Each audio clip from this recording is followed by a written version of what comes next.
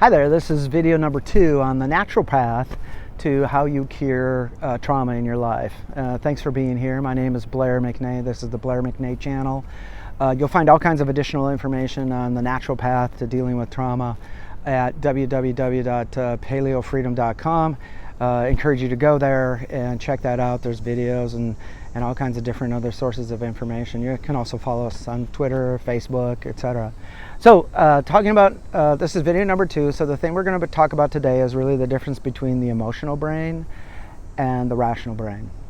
So in your brain, if you look at and I'm not going to get into all the great anatomical detail at this point. I will later on in another video, but for this video purpose, I'm just going to describe the fact that you have an emotional brain, which is primarily in the back of your head, back of your neck here, that goes up to the center of your head, and then you have a rational brain, which is in the front of your head.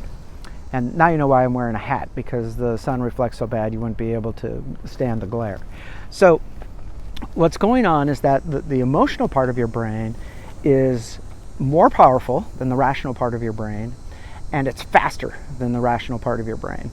And if you don't believe that, think about what happens when you're at a horror story. You can be sitting in the middle of your living room at 7 o'clock in the evening eating a bowl of popcorn, and all of a sudden somebody jumps out behind somebody in a horror movie, and the popcorn goes flying, and you're like, wow, what happened? Right? And all this, and if you're sitting next to somebody, you turn to each other and you laugh. Okay? So what happened there? Well, one, you had this big emotional brain reaction right away, and then your rational brain, when you're mid-air, is like, what are you doing? You're jumping in the air and laughing, but you're in the middle of your own living room, and so by the time your butt hits back down on the couch, you're laughing, you're looking at the person next to you. So that's what happens when you're in a state of trauma. So when you get into a state of trauma, what happens is the emotional brain, one, reacted first. It saw those things and it reacted to when the trauma occurred, and your brain processed it, and it lifted all of your chemicals that are trauma-related, trauma-spiking chemicals. So in other words, your cortisol levels went up, your adrenaline went up, and then your serotonin, your dopamine, and your GABA levels went down. What happens when you're in trauma is that happens at a chronic level.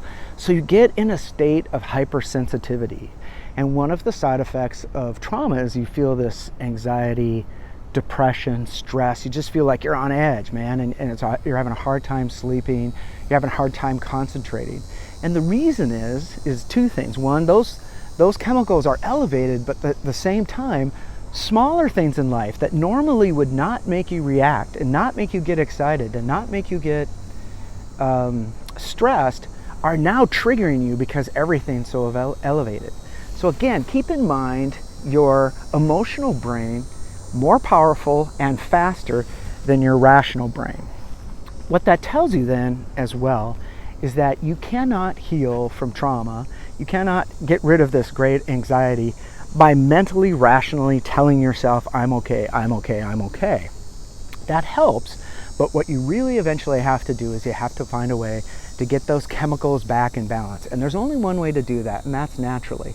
So we're going to talk about that further on in the program. We're going to talk about that in other videos, but keep in mind that there's two parts to your brain: the rational part of the brain in front, the emotional part of the brain in back. The emotional part of the brain is faster and is more powerful, and if it needs to, it will override the rational part of your brain, because it's doing that to protect you. It's doing that out of self-love. It's saying, hey, rational brain, right now you can't protect Blair the way I can by having him be hypervigilant, hyper-aware, and be afraid of whatever's going on right now. So keep that in mind. This is the end of video number 2. Video 3 is coming up. And in video 3, we're going to talk about one of the very first things that, actually in video 3, what we're going to talk about is we're going to lay out for you a list of things that you can do immediately to start reducing your trauma. One of the things I've learned from people is I've talked to them about this program and how we're going to go into detail about every single thing that you can do to follow a natural path to deal with trauma. Is they're like, fine, okay, great, I understand you've done all the research and it's great you're going to explain all that to me. Just tell me right now, give me 10 things or 15 things that I can do right away that are going to naturally reduce my trauma. So that's what we're going to talk about in the next video. We're going to run through 15 things that if you just follow those things right away, you're going to start to feel an impact and a reduction in your elevated sense of trauma. All right, thanks a lot for coming in here. There's more videos to come. PaleoFreedom.com. Really appreciate you being here. Thanks.